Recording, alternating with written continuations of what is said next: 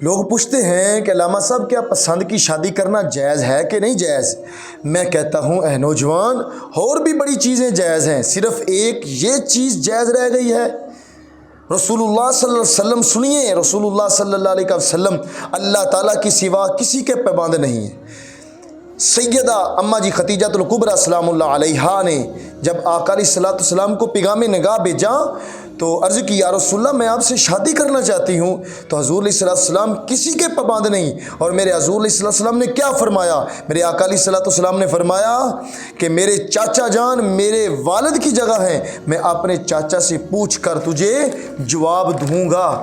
یہ ہے پسند کی شادی جو میرے رسول اللہ علیہ وسلم نے بیان فرمائی۔ تو انسان سارا کچھ کراس کر کے گزر گیا ہے، یہاں تو حال یہ ہے پالنے والے کوئی اور ہے، سائے میں بیٹھنے والا کوئی اور ہے، پالنے والا کوئی اور ہے، سائے میں بیٹھنے والا کوئی اور ہے۔ وہ جیسے ایک شعر بھی ہے، باغ تیرے دی کر کر راکھی میں ساری عمر گزاری، جدوں پھل پکڑ تے آیا لے گیا بپاری۔ وہ بیٹا گزرتا ہے ماں کے دروازے کے آگے سے، بیٹا سیب لے کر 5 کلو 4 کلو جتنے بھی سیب کا شاپر لے کر گزرتا ہے ماں کے دروازے کے آگے سے، ماں کے دروازے کے قریب سے گزر گیا، رات کو کمائی کھانے کا ٹائم آیا اور گزر گیا۔ بیوی سے ڈرتا ہے نا، جا کر بیوی سے کہتا ہے بھئی بیوی کو حق دینا بھی رسول اللہ صلی اللہ علیہ وسلم کی سنت ہے۔ یہ کیا بات ہوئی؟ تو نے بیوی اور ماں کا مقابلہ شروع کروا دیا۔ سمجھ تو صحیح نوجوان، تو 5 کلو سیب لے کر آیا اور ماں کے کمرے سے آگے سے گزر گیا اور جا کر بیوی کو کہتا ہے آدھا کلو ماں کو دیا، اس کے کون سے دانت ہیں؟ اے نوجوان تو سمجھا ہی نہیں، تو نے غور ہی نہیں کیا۔ لوگ بتاتے ہیں ایک امیر آدمی تھا، ایک مثال آپ کے سامنے پیش کرتا ہوں۔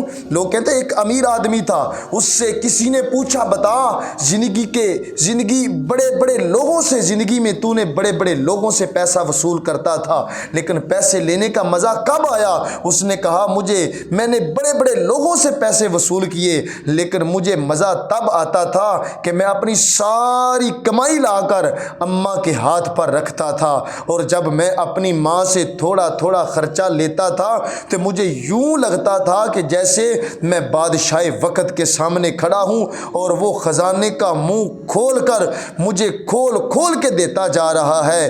تو دوستو اس ذائقے کو بھی سمجھیے نا، یہ والدین ہماری کمائی کے بھوکے نہیں ہوتے، یہ ہمارے پاس یہ کہتے ہیں کہ ہمیں ٹائم دو، یہ ہمارے وقت کے بھوکے ہوتے ہیں، یہ ہماری کمائی کے بھوکے نہیں ہوتے۔ نوجوان اس ذائقے کو بھی سمجھنا تو صحیح۔